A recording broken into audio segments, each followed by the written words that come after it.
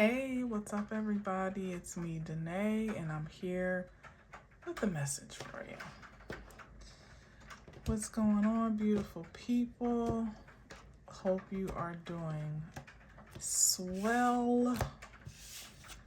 Your week's off to a wonderful start on this Wednesday, March 5th, 2025.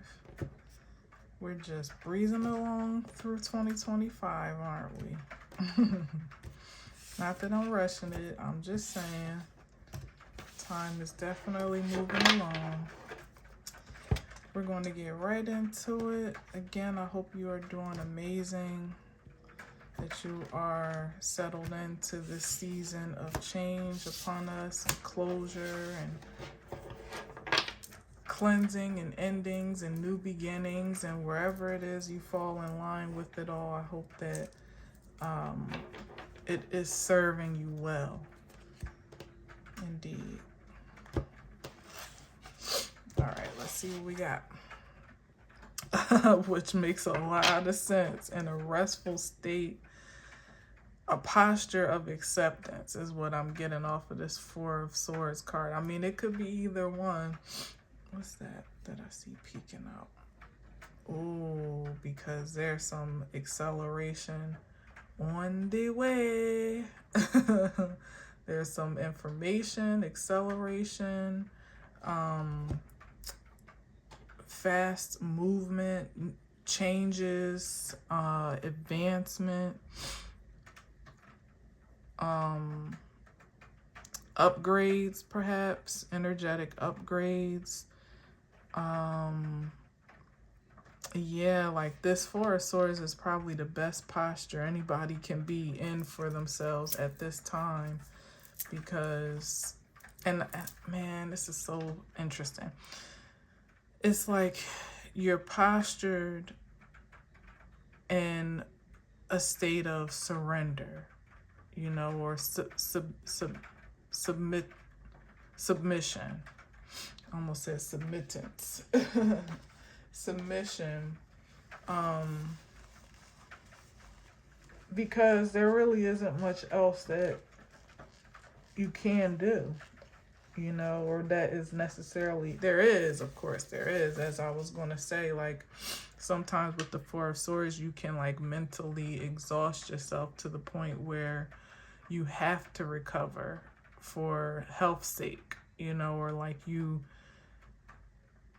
exhaust yourself to the point of fatigue, you know, even in just how you think about life or how you perceive your present situation, whatever that may be.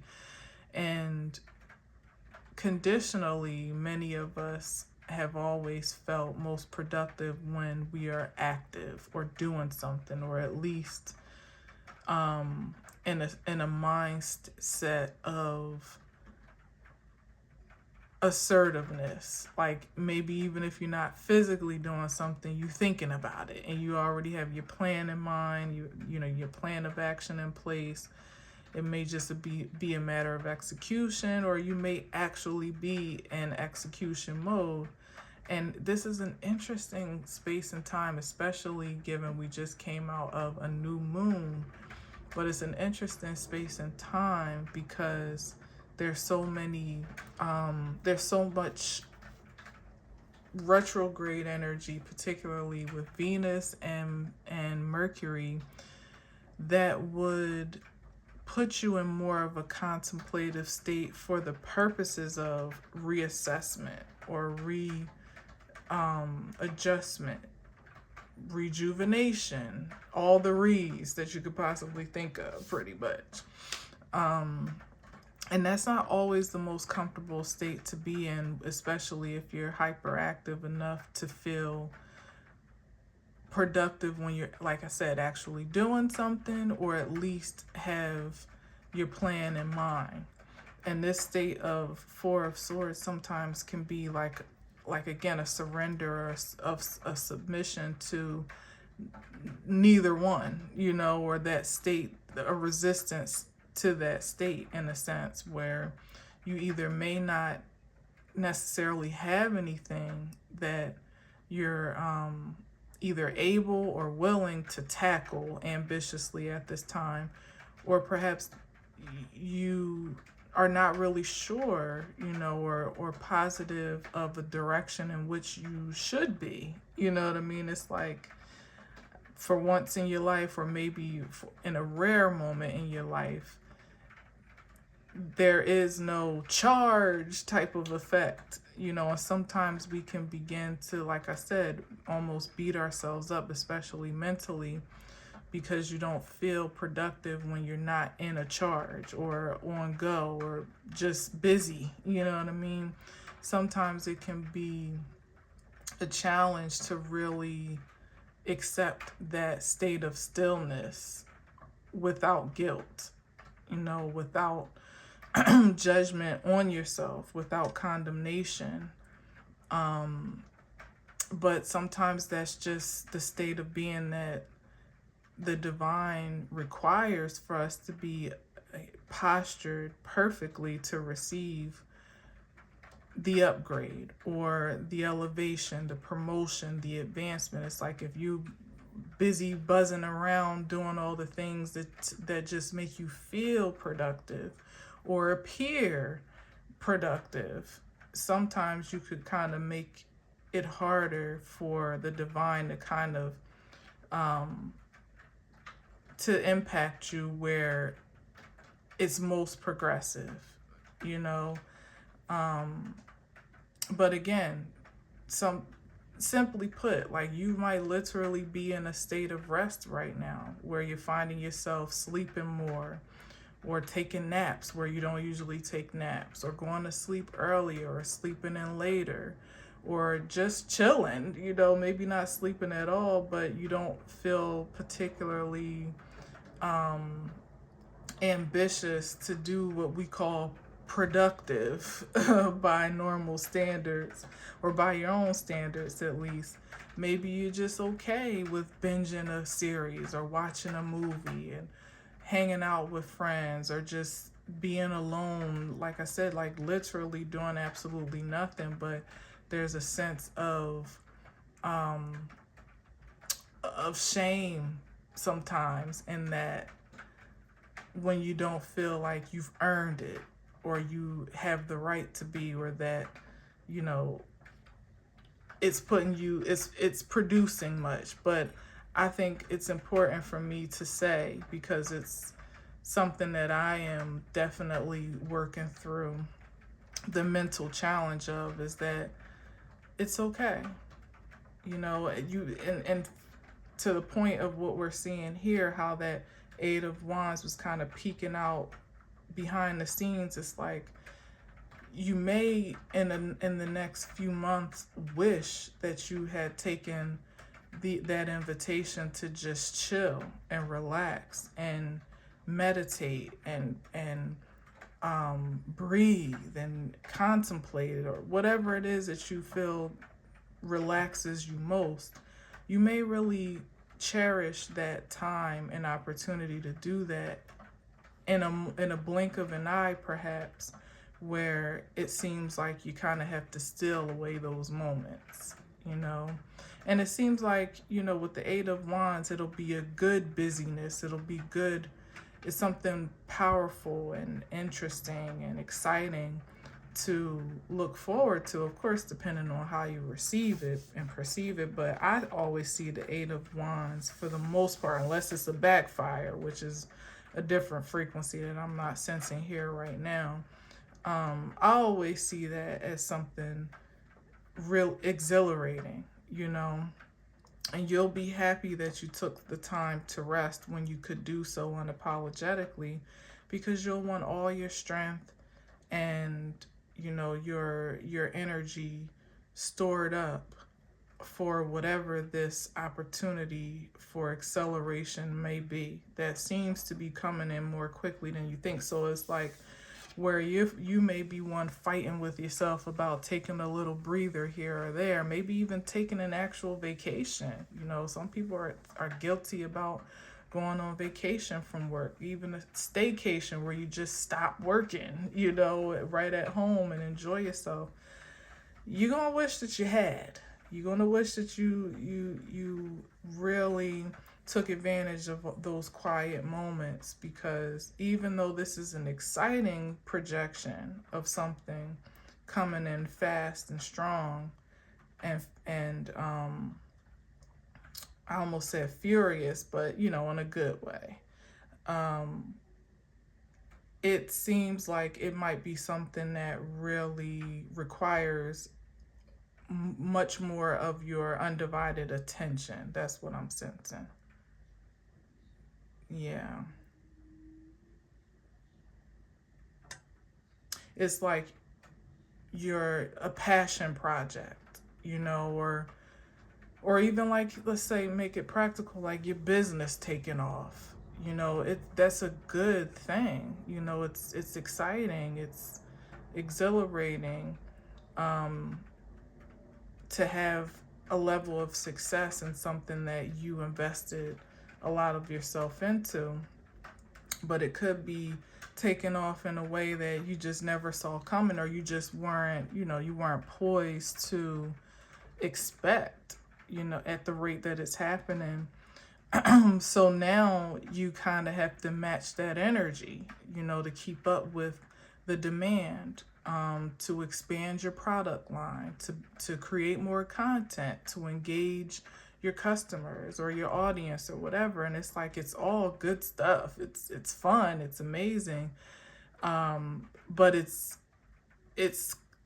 consuming, and it's although it's a great consumption of your time and energy, again, it's just this disparity between even being consumed doing the things that you love versus now having the calm before the storm, kind of, is what I'm sensing, where it's like you can take a nap, in the middle of the day, whereas maybe when things take off in the way that they will, it's not even so much that you desperately want to.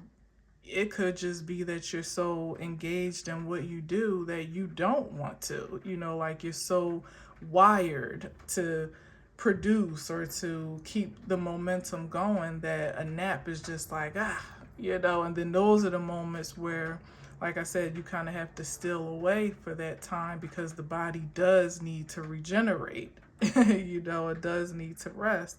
But you're so excited and enthused by your work and by your passion that you don't even fit those things in. So that's something to look forward to. And to me, like, that trumps any guilt that you might have about resting in this moment, if you could allow yourself to project a time where you may not have that luxury so easily, or you may not assume it so easily, and really, with the Four of Swords, it comes down to, again, going with the flow. And sometimes we're so resistant, even us as spiritual beings, like, listen, it's a new moon energy, I should be up and at 'em, and but it's still in Pisces, though. So there's still a lot of releasing happening, even within the frequency of a new moon, that kind of like does encourage you to start new or start fresh, or to fast forward in a certain type of way. Like, you have to respect the elements as they work through us, but also respect, like I said, your body, and what your surroundings and your circumstances are speaking blatantly to you.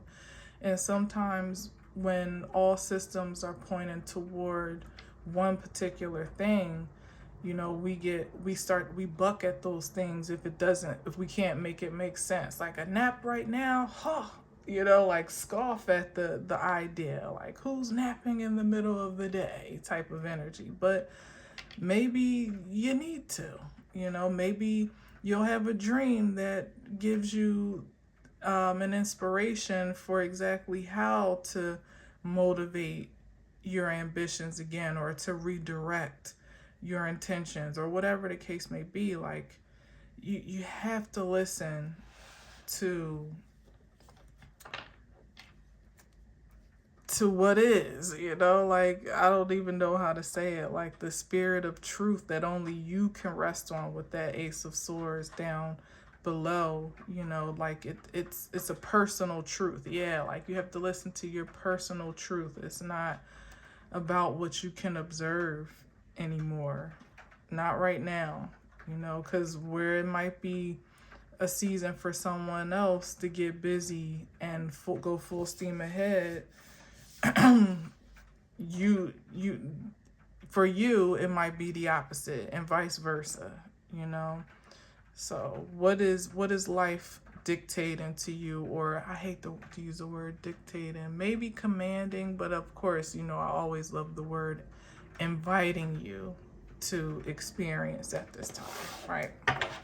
All right, so let's see. Something big is coming through, though. You can definitely have an expectation for that. Ooh, with the Hierophant? What's the Hierophant talking about? Corporation, conventions of society, could be a job offer,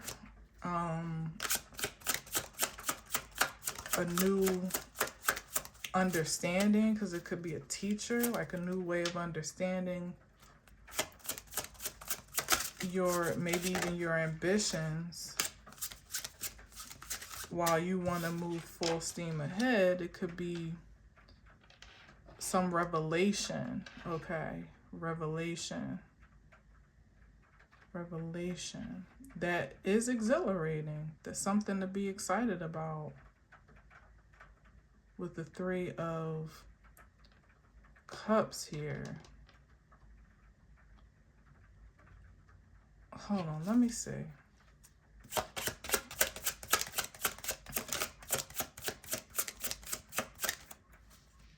What is this about?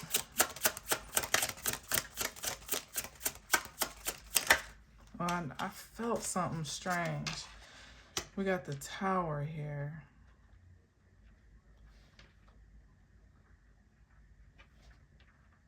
The Tower, something shocking. I said a revelation. It could be a shocking revelation about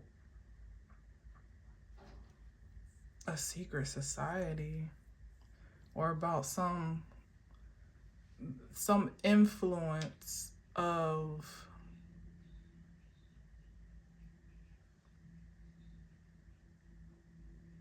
power, some influence of a power dynamic that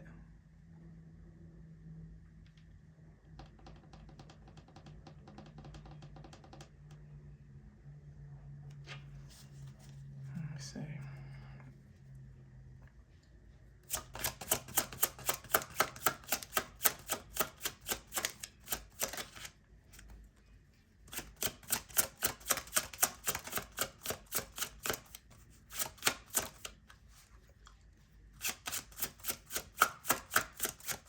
I feel like that's been taking liberty unjustifiably. Yeah, and that was almost the Three of Pentacles. Yeah, something secret.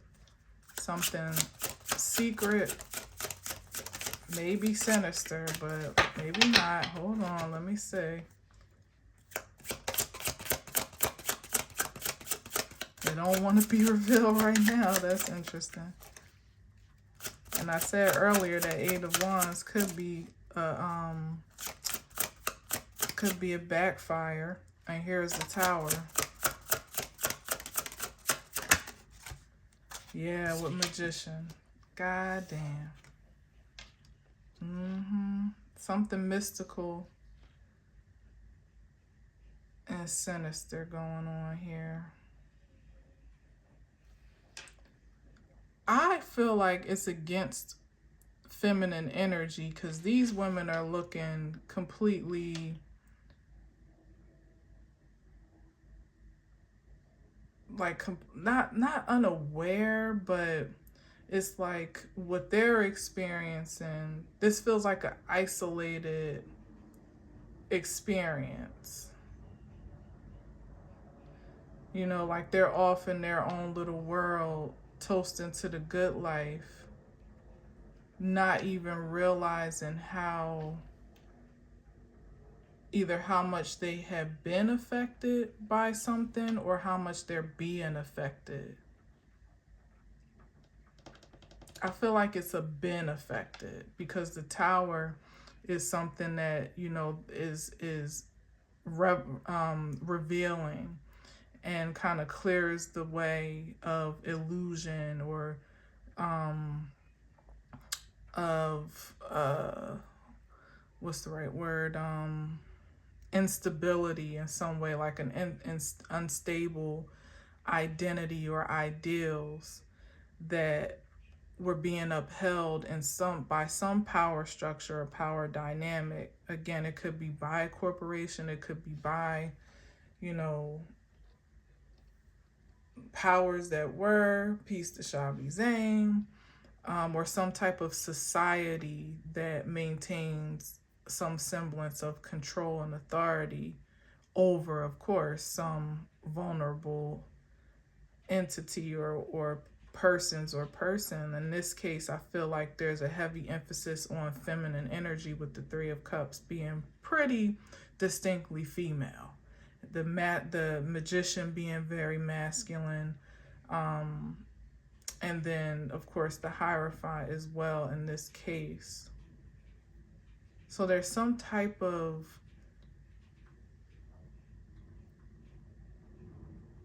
power structure that has either been disarmed or destroyed, maybe. And the revelation of it all is astounding, which may go back to the beginning of this idea of rest, where you may not even realize how you may have been affected by such a dynamic, you know, how resilient you've been. You know, we hold ourselves to these standards of productivity, not really taking into account the spiritual work of resilience that in some ways we've all had to maintain just to survive, first of all, and then to have any semblance of a satisfying existence. You know, many of us have no idea how obstructed that experience has been by those that have taken the liberty to do so just simply because they could, you know, and that could exhibit itself in the pillars of society and the power dynamics thereof. But it could also be in actual businesses and corporations kind of taking advantage of, let's say, if this is not specifically female, then it just could be like unassuming consumers or vulnerable citizens. Yeah. It could even be like a matter of, you know, like real simply put, like corporations hiking up prices and diminishing quality of their products, or you know, the amount, you know, of what they're selling, shrinkflation and stuff like that. That's real primitive in this case, but it's almost a gaslighting experience, because it's like, y'all gonna sit here and try to make me believe that you had to make this small and then charge me more for it because the company is just suffering that bad. You know, it's like, okay, all right. But in the end of it, it's like life goes on. You still need the soap. You still need the toothpaste or whatever the hell else it is, you know, but behind the scenes, there's a more sinister plot going on, or at least a more selfish one, self-serving one for that corporation, you know, that they just want to be able to match the money that they've been able to make before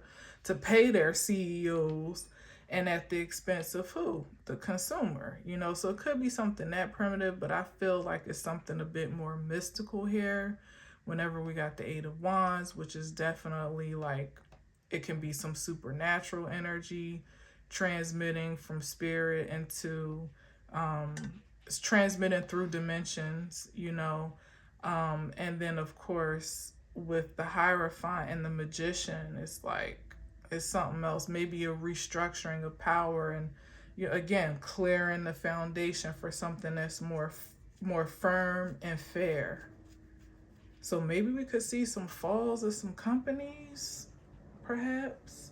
Or maybe, it's the karmic,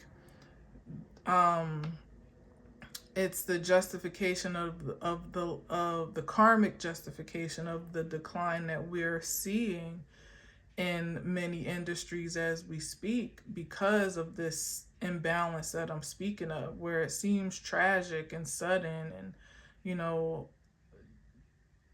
unfortunate, but really it's just karmic. It's like a lot of industries and corporations are definitely experiencing that. I mean, the United States itself, in many ways, is experiencing that. Where if things feel like they're deteriorating, but really it's just a reckoning for balance, reestablishing order in a way where everyone is well taken care of. I don't know what we talking about here. All right, let's keep going.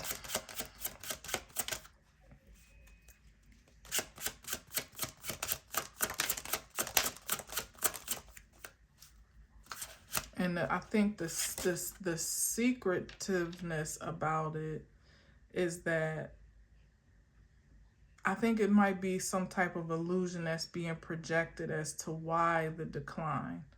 Like, I don't know. I feel like I said gaslighting earlier, but there's like something going on here. It's like, well, how can I express this? It's like either the decline is being kept secret, is being held secret, maybe even perhaps from employees, but certainly from consumers, like how much of a detriment certain organizations, and we could be talking about this in a mystical sense, i.e.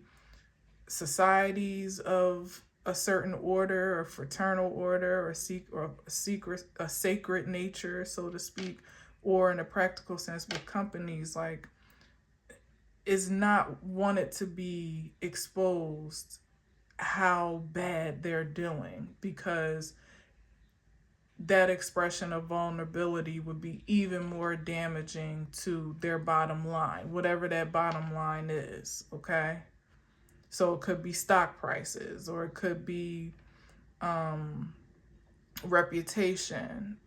It could be power and influence. Whatever it is, it's like something is, there's like an illusion that's being projected, either that, oh no, we're doing just fine, or some concoction of a story to kind of like cape the reason for the decline, or I don't know, maybe even hiding, fudging financial projections, or whatever, something shady going on here, because the only thing that is left is for there to be a facade of power or influence or dominance, even stability and security. Like, that's the only thing left to project at this point, because if that falters, then everything goes to shit. People know just how bad you're actually doing.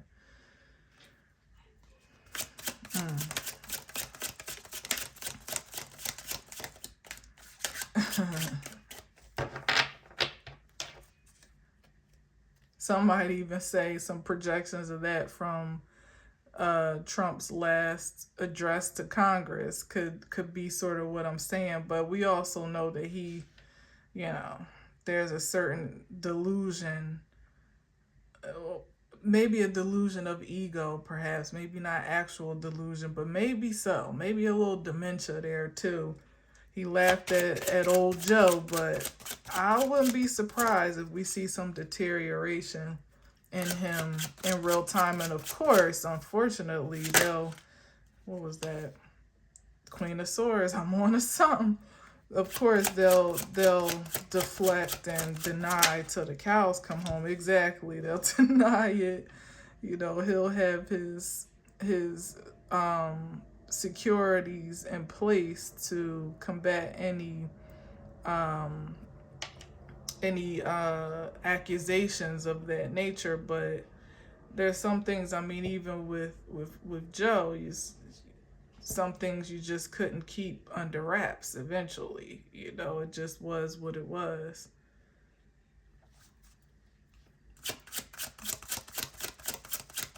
Let's see.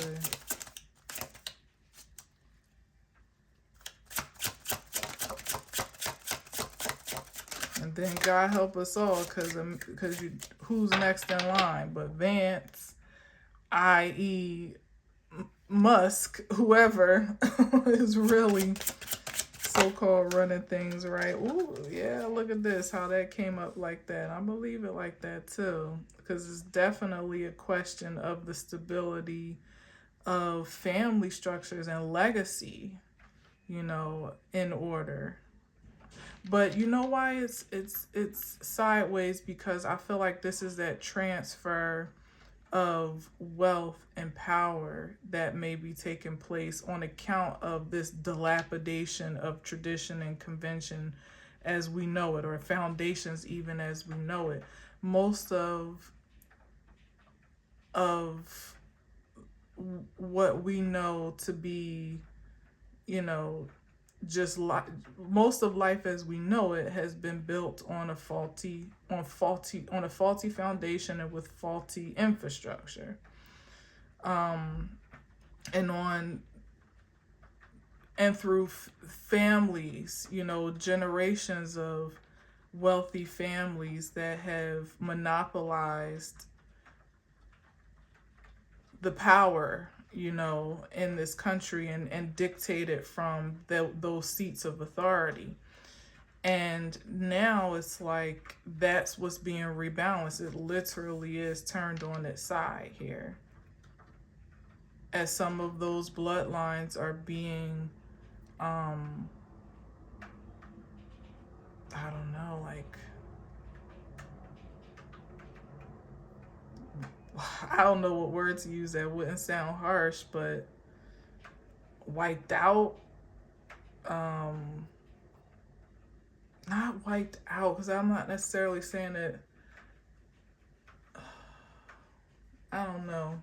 I'm struggling for a word. Because not necessarily saying that they're being wiped off the face of the earth or anything like that, but the power monopoly of those bloodlines and those, those fraternal powers and orders are depreciating. Yeah, in value and in influence, maybe even actual. Because it comes spiritually first. That's why I'm like, it's a spiritual thing for me, but it's always in the spirit before it's in the natural. So with that shift in the dynamic of power from, and I said, like, this is like a multi-dimensional dissemination with that Eight of Wands. It's already been declared and decreed from a higher dimension than what we observe and witness in the 3D. And now it's this is what they're protecting from, because of course their first line of defense is on money because that's the influence in this three-dimensional world. But like I said, there's only but so much you can truly protect and guard of what has been ordained from a higher authority beyond, any physical expression of it, to be retrievable, or I don't know, reclaimable or something, like it's to confiscate confiscatable, is that a word?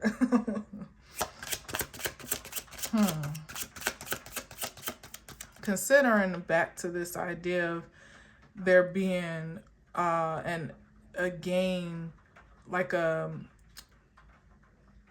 unfair gain of assets, power, wealth, authority, influence, that being the connection, not just, you know, well-meaning legacies being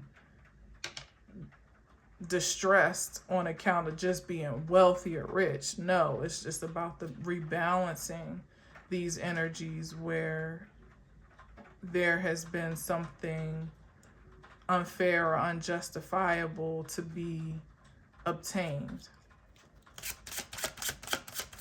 And like I said, that could be a people, that could be a family, that could be a country, it could be a business, a corporation, a group of people, a fraternity, a sorority for that matter. Hell, we do have the Three of Cups. Wherever there is injustice,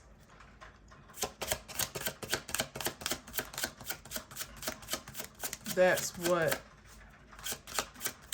the sword of, truth is the ultimate judge. Wow, we got the Queen of Pentacles.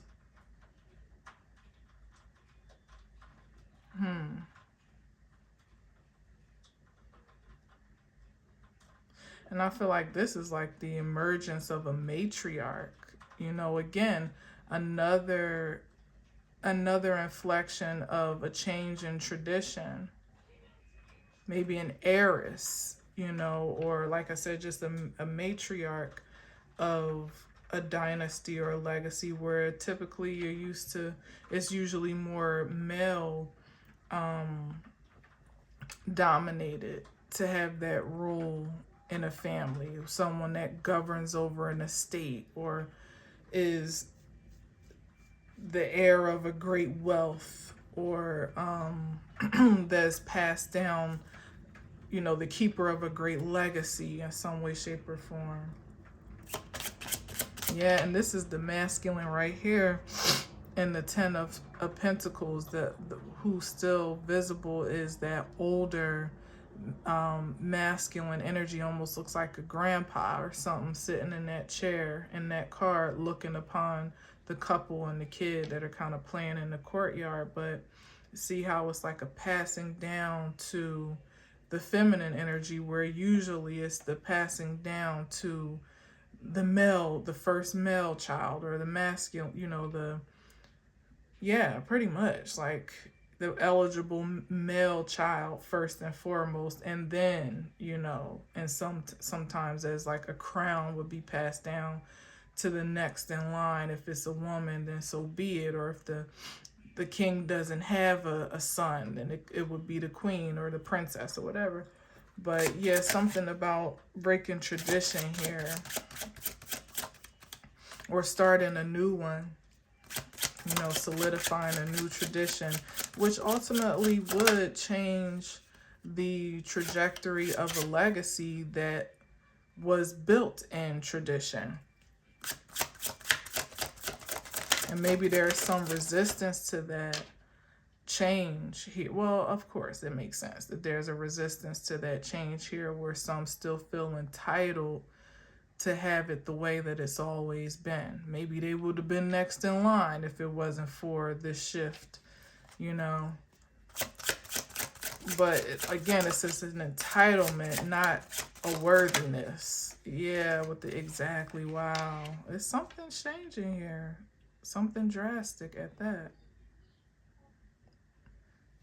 Something's changing. And it's the end of a cycle of struggle and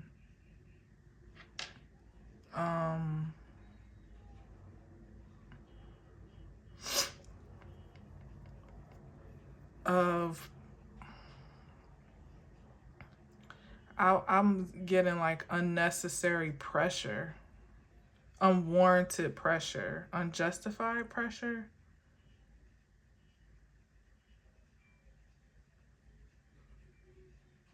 Something about the pressure. Unlawful, unrighteous. None of these words are really zinging for me, but it's something about the pressure.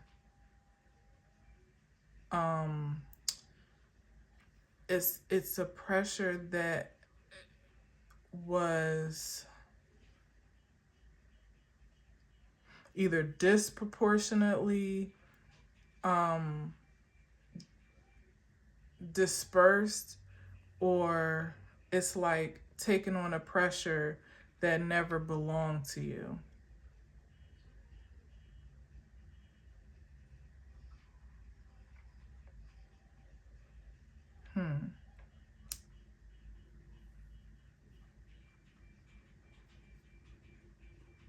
And there's something also about this that's like, in some ways, it's making me feel like those that have felt a certain entitlement to just be the next in line for some fortune or favor or privilege, maybe even honor, you know, like some feeling of like nepotism or something like that, where it's like the CEO's son just believes they're next in line to take over the family business, but they haven't really earned that spot. Like they haven't trained for it. They haven't put in the hours and the time that the CEO himself did to build the company, but they just feel like they should just naturally be in line to receive it. It's like there's something about it that's in a holding space from energy such as that feel a certain level of entitlement to just obtain things that they didn't actually earn.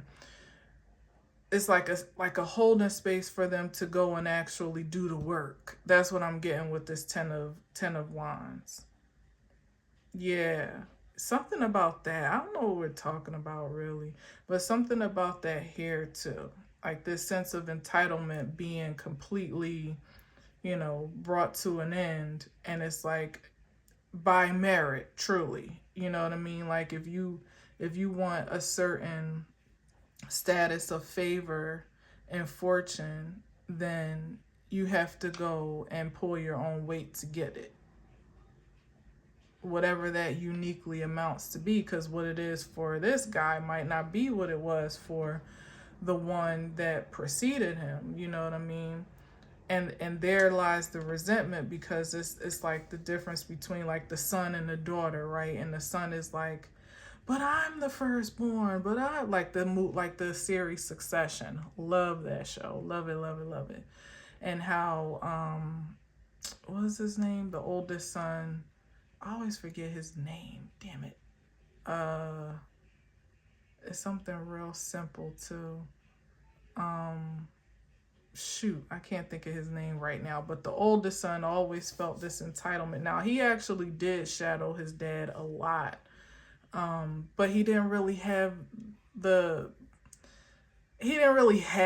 When he got his chance to actually carry on the family name and the legacy, he kind of like effed it up. The one who really was significantly skilled was the daughter, Shiv or Siobhan. And the dad constantly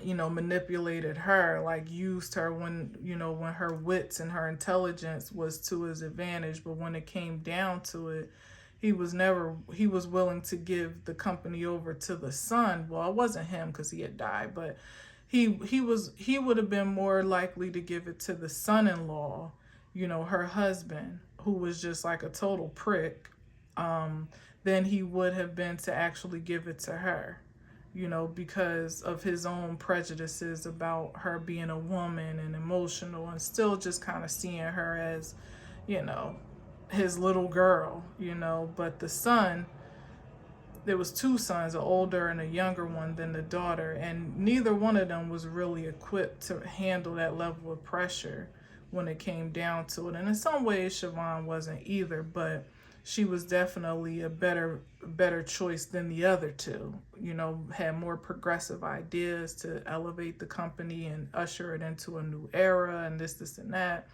Where one of like I said, one of them just felt like he was entitled to it because he was the oldest son and next in line, and he had been around taking his father's crap. And the other one, the baby brother, he had so many vices of his own and issues of his own that he was dealing with, that I don't think he ever really wanted it. Even when he thought he did, he would have never been able to withstand the pressure either. So it's something about that here.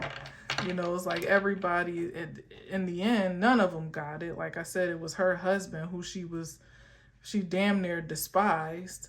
But everybody pretty much is left to get it how they live, you know, like no longer just living off the merit of dear old dad, or you know what I mean. So something about that here, but I'm not gonna lie, I'm having a hard time really grasping it.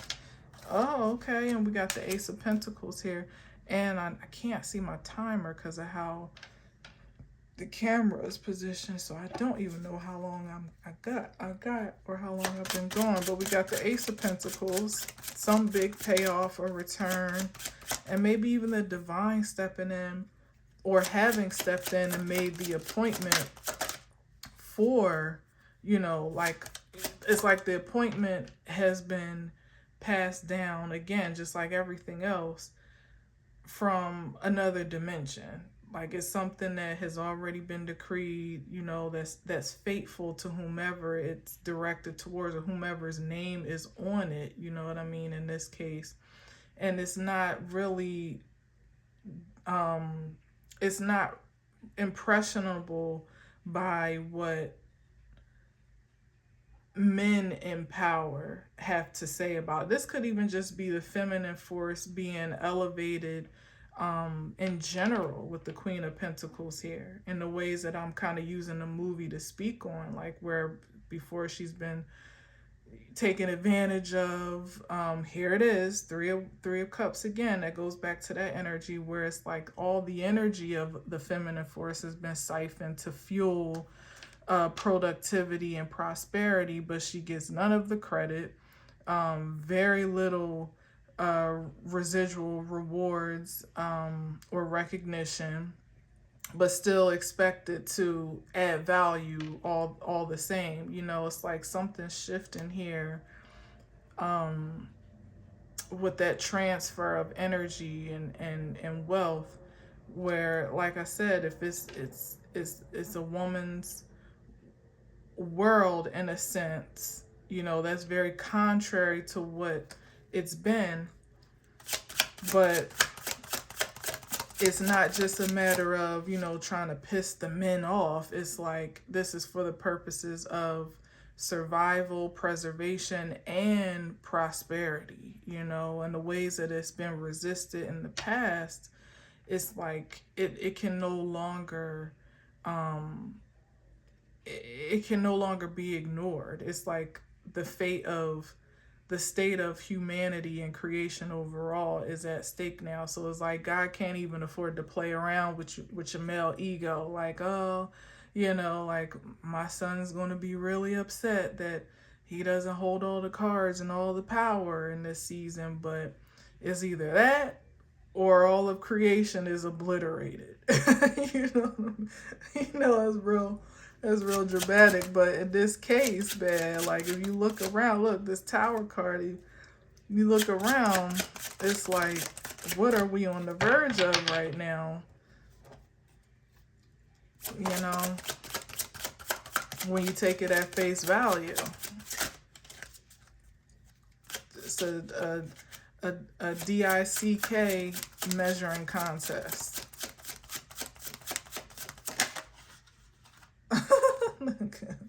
With the King of Pentacles. Yeah, man.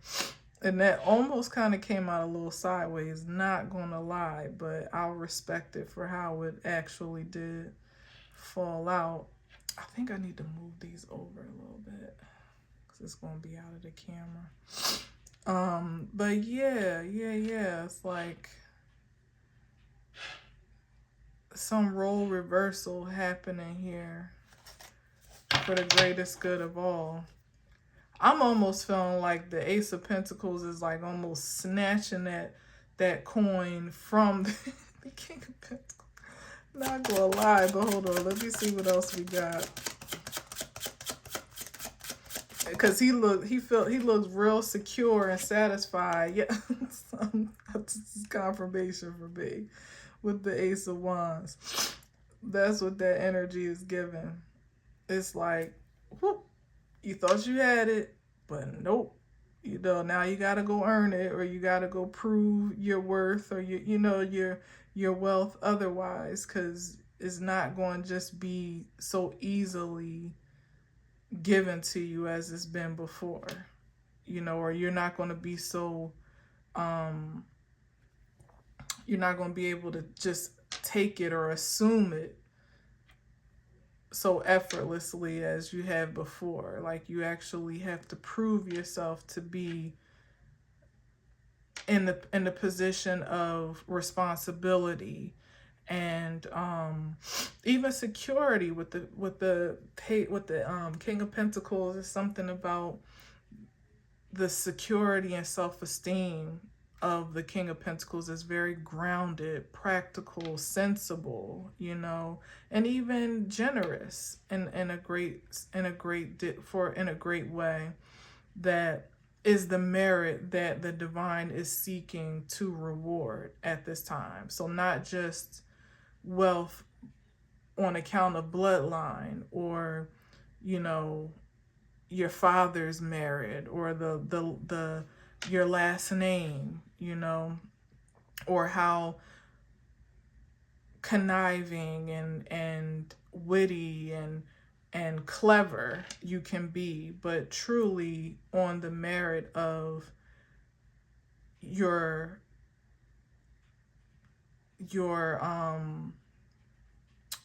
organic value, your talents, your gifts, what you bring to the table, what you've built with your own hands, what you've created from your own essence,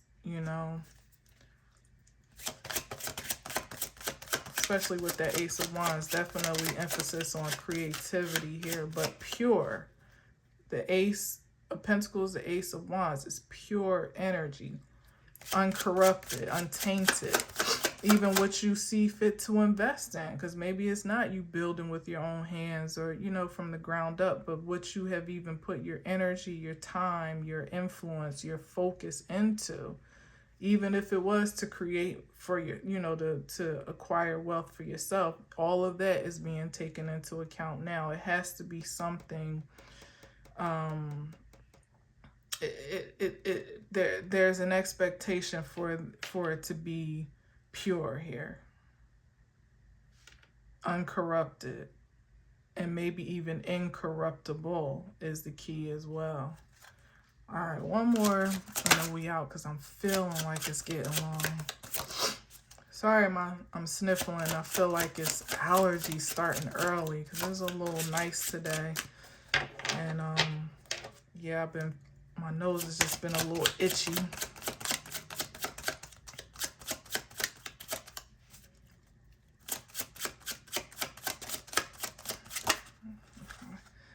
Ooh, got the 10 of Cups. Oh yeah, it's like having to earn it, to earn that fulfillment.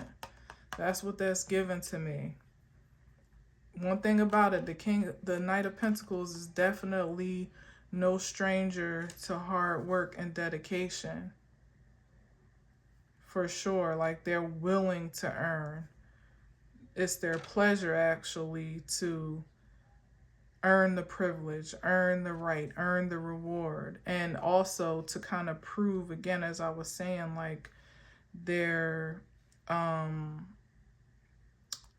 responsibility with it, to this 10 of Cups. I love how we go from the 10 of Pentacles, in a questionable position to the Ten of Cups upright, because this is deeper than money. Is more than material. This is about spiritual, energetic sustenance, fulfillment, becoming whole, in every way that you express your identity in life and what you connect with or align with to assist in that creativity. It's like having a different, this is like assigning a different value to fulfillment. That's what this is. It's because it's kind of a regression in a sense from like the King of Pentacles, but like I said, it's a good regression with the Knight of Pentacles, because it's having taken some time to like understand yourself, understand the landscape of life as it is for you, and again to reassign value to things that really matter. This coin being invested into cups, not just sheerly into dollars and cents or power or influence, but really it being invested into something that is so much more eternal, to pass down in a legacy than even a fortune, a physical fortune could be. This is like a legacy of love that's now being created and passed down. That's something that can last forever. I mean, you could pass down a trust fund and it be squandered from one generation to the next completely. But love is eternal. And that's the reconditioning that's happening, probably maybe slowly but surely, maybe not so much, because maybe that transition from the Eight of Wands to that Four of Swords is like, again, that submission to the acceleration of evolution that's taking place, whether anybody likes it or not. Like you going to get it one way or another. You're going to get the bright idea that the divine is putting down, but you're either going to get it kicking and screaming, or you're going to get it in submission and surrender. The choice is really always up to you, but one way or another, life as we've known it is shifting from what used to just be a matter of fact, So you could get with it or you could get lost. And here's the Queen of Wands. And let's see, with the Death card, you could get with it.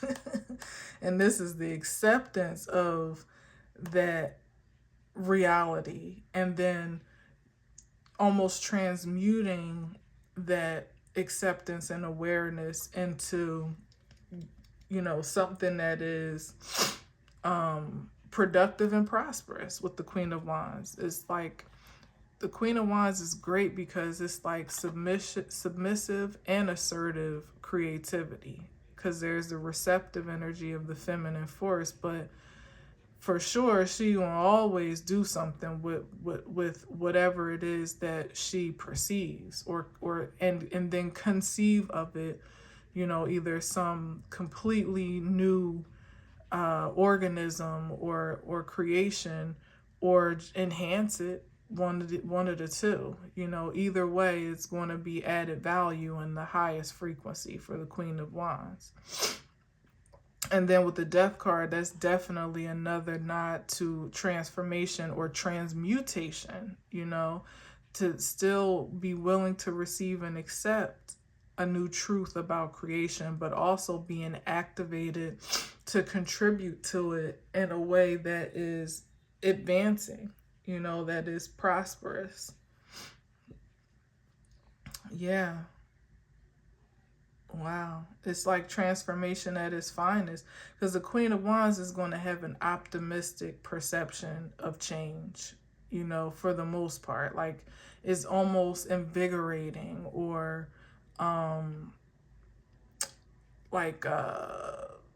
exciting, like most fire signs, even the fixed one and the cardinal one, are a little bit exhilarated by a challenge, in some way, shape, or form, in their own ways. So, of course, we know the greatest challenge to our humanity and our mortality is transformation or even transition, you know. So like I said, it's like you either get with it or you get lost. So in the face of that invitation, you know, the Queen of Wands would rise to the challenge, most likely not only to get with it, but somehow to innovate the experience for her highest pleasure, you know. And I feel like that's ultimately the word of wisdom for us all, no matter how we encounter this this evolution of existence. We'd probably be most pleased to do so in that frame of mind and with that sense of pure passion. Yeah. Masculine or feminine, man, woman, or child, you know, that's where it's at. You know, that's where it's at. Okay. All right, I'm gonna leave it there. Take from it what you will. I know it was kind of disjointed for me, not gonna lie. It was a little bit all over the place. But I know when I watch it back, I'll hear something different, you know, for to say the least, or at least hear something more than what I'm sensing here. So I hope that your ears are attuned to however resonates best. And again, as always, thank you for listening and watching. Until next time, as always, I leave you with peace.